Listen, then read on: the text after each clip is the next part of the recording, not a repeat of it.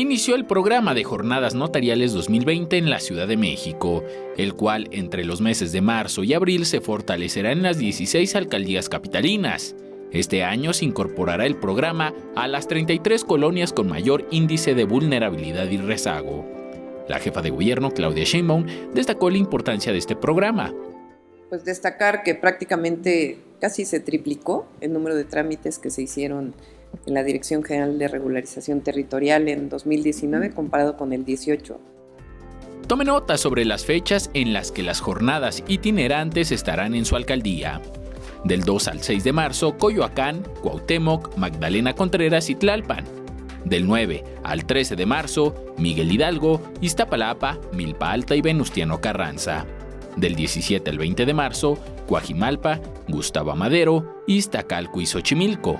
Del 23 al 27 de marzo, Azcapotzalco, Benito Juárez, Álvaro Obregón y Tláhuac. Del 30 de marzo al 3 de abril en el Colegio de Notarios y en el Congreso de la Ciudad de México.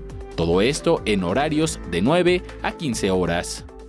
Dentro de los beneficios más importantes está el otorgamiento de subsidios en el impuesto sobre adquisición de inmuebles y los derechos de inscripción en el registro público de la propiedad, así como en los honorarios que cobran los notarios en este tipo de operaciones.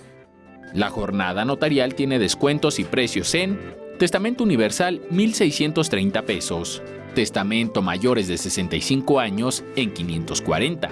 La escrituración tiene un descuento en impuestos de hasta el 60% y las sucesiones un descuento en impuestos hasta el 80%. En la Cámara Javier Cordero para 21 Noticias, Enrique Muñiz.